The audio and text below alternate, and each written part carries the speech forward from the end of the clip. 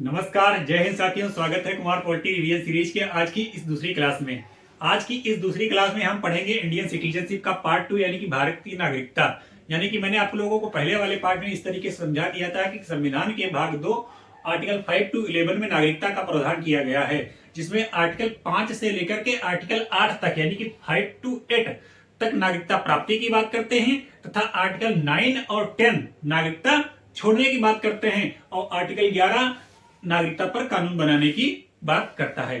तो अब बात करते हैं कि जब हमारा देश में संविधान लागू हुआ था, भारत आजाद हुआ था, और उसके बाद जब भारत देश में संविधान लागू होने वाला था, और संविधान लागू होने के बाद मान लीजिए कल जो है संविधान लागू होने वाला है इस देश का, तो कल के बाद भारत देश में किस तरीके से लोगों को नागरिकता मिलेगी उसका प्रावधान समझेंगे क्या है, और 26 जनवरी 1950 से पहले किस तरीके से लोगों को नागरिकता मिलती थी, ये मैंने पार्ट 1 में आप लोगों को समझा दिया है।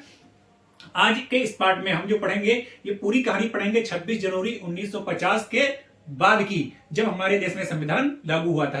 तो चलिए समझते हैं कि 26 जनवरी 1950 के बाद जो भी व्यक्ति भारत के नागरिक बनना चाहते थे उनको किस तरीके से भारत की नागरिकता प्राप्त होती थी, वो कौन कौन से तरीके हैं जिनके द्वारा भारत के नागरिक आप लोग बन सकते थे।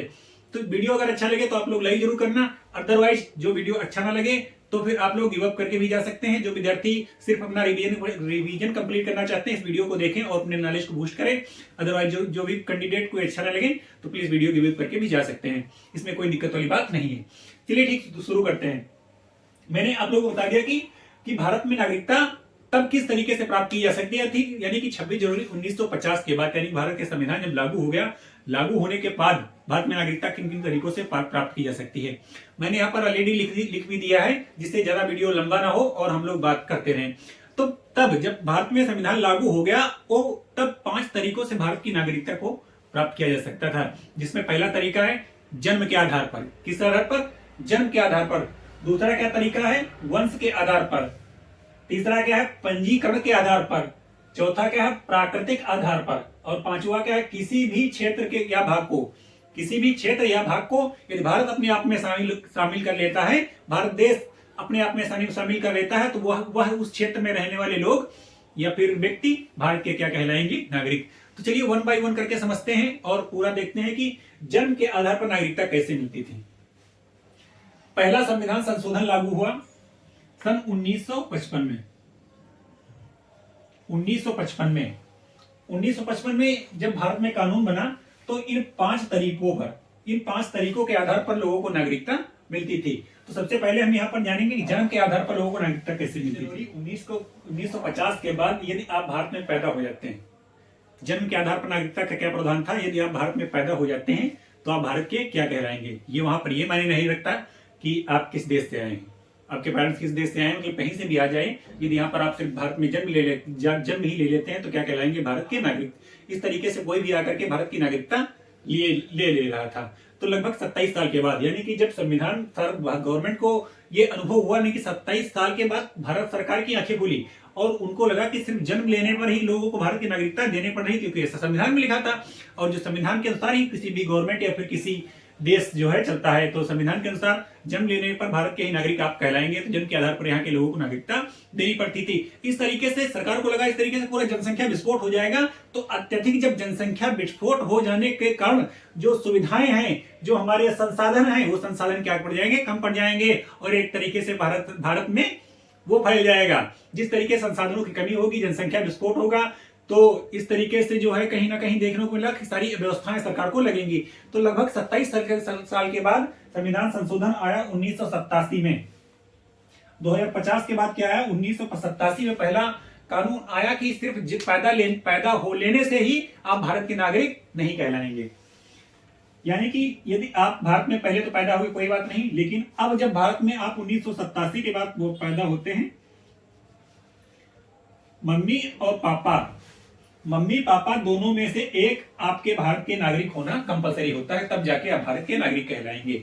इस तरीके से देखा जाए तो मम्मी पापा जो है आप दोनों में से अगर कोई एक नागरिक है तो आप भारत के नागरिक कहलाएंगे। जरूरी नहीं कि आपकी मम्मी और पापा दोनों नागरिक हो, अगर दोनों में से कोई एक भी नागरिक है तो जन्म के आधार पर आपको भारत की नागरिकता मिल जाती थी।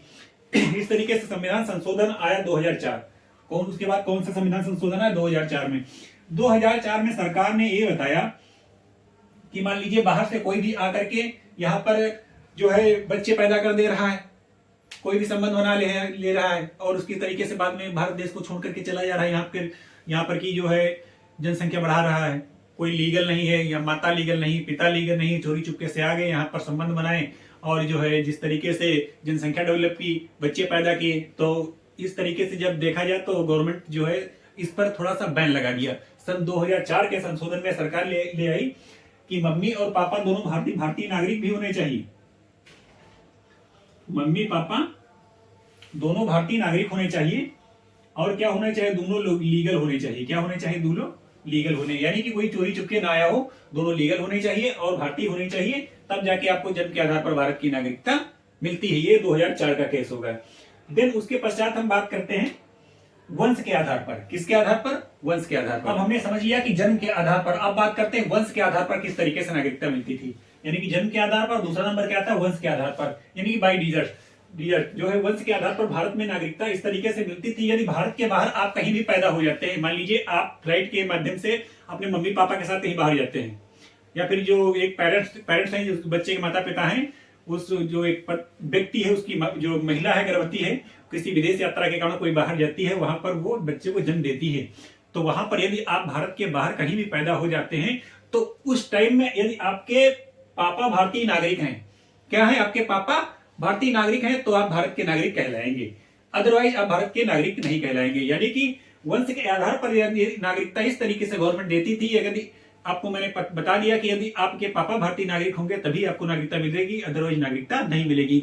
देन इसके पश्चात जब बात आती है यहाँ पर संविधान संशोधन आया 1992, यानी कि किसी दुखद घटनावश या कारण के कारण कोई भी महिला का पति वहां पर इनकेस किसी वजह से मर जाता है या फिर उसके साथ कोई अकस्मात दुर्घटना हो जाती है, तब उस बच्चे को क्या होगा। मान लीजिए कैसे बताइए कि भारत के नागरिक थे, क्या था, कुछ अगर ऐसा हो जाए तब तो उसके महिला को बहुत ज्यादा गवर्नमेंट के चक्कर काटने पड़ते थे। इस तरीके से एक महिला ने केस कर दिया सुप्रीम कोर्ट में, और जब सुप्रीम कोर्ट में महिला केस कर दिया तो बताया कि इस तरीके से उसके साथ ये प्रॉब्लम हुई, समस्या हुई, तो सुप्रीम कोर्ट ने संविधान संशोधन 1992 में सरकार को आदेश दिया कि सिर्फ वंश के आधार पर ही जो है वंश सिर्फ पापा के नाम पर, पापा के नाम पर यानी कि पिता के ही नाम पर वंश नहीं चलता, महिला के भी नाम पर वंश चलता है। ये तो कहीं ना कहीं अगर सिर्फ पापा के ही नाम पर वंश चलता तो महिलाओं की जो है स्वतंत्रता है या फिर महिलाओं के अधिकारों का कहीं ना कहीं सुप्रीम कोर्ट उल्लंघन मानता है। और 1992 में यानी कि संविधान संशोधन 1992 में मम्मी पापा दोनों में से कोई एक भी भारत का नागरिक है और आप भारत के बाहर जन्म लेते हैं तो वंश के आधार पर भारत सरकार आपको नागरिकता दे देती है। अब तीसरा कॉन्सेप्ट हम लोग जानते हैं कि पंजीकरण के द्वारा यानी कि बाई रजिस्ट्रेशन के द्वारा किस तरीके से हम भारत में नागरिकता प्राप्त कर सकते हैं। चलिए समझते हैं। बाई रजिस्ट्रेशन यानी कि पंजीकरण के द्वारा समझते हैं। पहले समझ लिया हमें जन्म के आधार पर, दूसरा वंश के आधार पर, तीसरा पंजीकरण के आधार पर भारत में नागरिकता तब कैसे मिलती थी।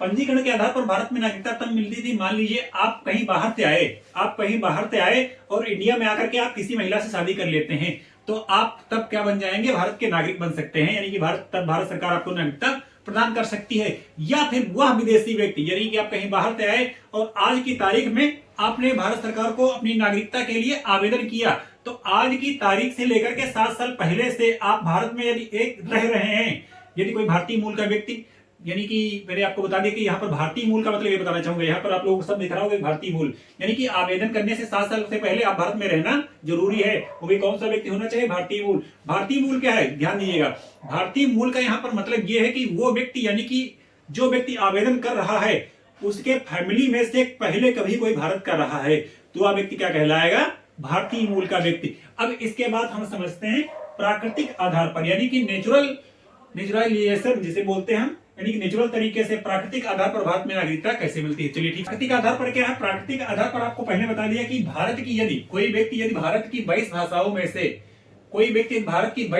में से किसी एक भाषा को लिखना, पढ़ना और बोलना जानता है तो भारत सरकार उसको नागरिकता दे सकती है। और भारत के संविधान, भारत के कल्चर, भारत के राष्ट्रगान तथा भारत के राष्ट्रध्वज का सम्मान करता हो और अन्य देश की नागरिकता का परित्याग करता हो तथा भारत की कला, संस्कृति तथा कल्चर में भी उसका विश्वास होना चाहिए। तो इस तरीके से प्राकृतिक आधार पर भाई भारत में नागरिकता आपको दी जा सकती है। लेकिन बस क्या होना चाहिए कि भारत की 22 भाषाओं में से किसी एक भाषा को बोलना, लिखना और पढ़ना आना चाहिए तथा भारत के संविधान, भारत की कला एवं भारत की संस्कृति में आपका विश्वास होना चाहिए तथा भारत के राष्ट्रगान तथा राष्ट्रध्वज के प्रति आपका अटूट विश्वास होना चाहिए और आप अन्य किसी देश की नागरिकता का परित्याग करते हो। और पांचवा जो आधार है आपको मैंने बता देना चाहता हूं, पांचवे किस तरीके से भारत में नागरिकता मिल सकती थी। पांचवे भारत में नागरिकता आपको तब मिल सकती थी, मान लीजिए किसी भी अन्य क्षेत्र या भाग को, मान लीजिए कभी किसी अन्य कंट्री के साथ इंडिया का युद्ध होता है तो युद्ध में हथियाई गई जमीन तथा उतने एरिया पर, जितने एरिया पर कब्जा कर लिया गया है, या फिर कोई ऐसा अन्य देश जो भारत देश में शामिल होना चाहता है, स्वतः इच्छा से वो शामिल हो गया, तो वहां के नागरिक क्या कहलाएंगे, भारत के नागरिक। आप लोगों को मैंने बता दिया कि 26 जनवरी 1950 के बाद इन 5 तरीकों से भारत में नागरिकता प्राप्त की जा सकती थी और अभी भी इस तक यहां तक ऐसा ही प्रावधान है। अब इसके बाद आपको मैंने बता दिया कि इस तरीके से नागरिकता प्राप्ति के नियम और किस तरीके से प्राप्त कर सकते हैं। अब इसके बाद जो अगला वीडियो आएगा उस वीडियो में मैं आपको बताऊंगा कि आपकी नागरिकता किस तरीके से खतरे में पड़ सकती है, या फिर कोई ऐसी कौन कौन सी चीजें हैं जो आप करेंगे तो भारत सरकार आपकी जो है नागरिकता खत्म कर देगी और आपको भारत से टर्मिनेट भी होना पड़ सकता है। वो सारे नियम हम अगले की वीडियो में जानेंगे। अगर ये वीडियो हमारा अच्छा लगा हो तो वीडियो को लाइक शेयर कीजिएगा और हमारे चैनल को फॉलो सब्सक्राइब करना ना भूलें, ताकि इस तरीके से पॉलिटी रिवीजन की जो भी क्लासें हैं आप लोगों को सबसे पहले आपके पास पहुंचे। चलिए ठीक है, जय हिंद जय भारत, मिलते हैं।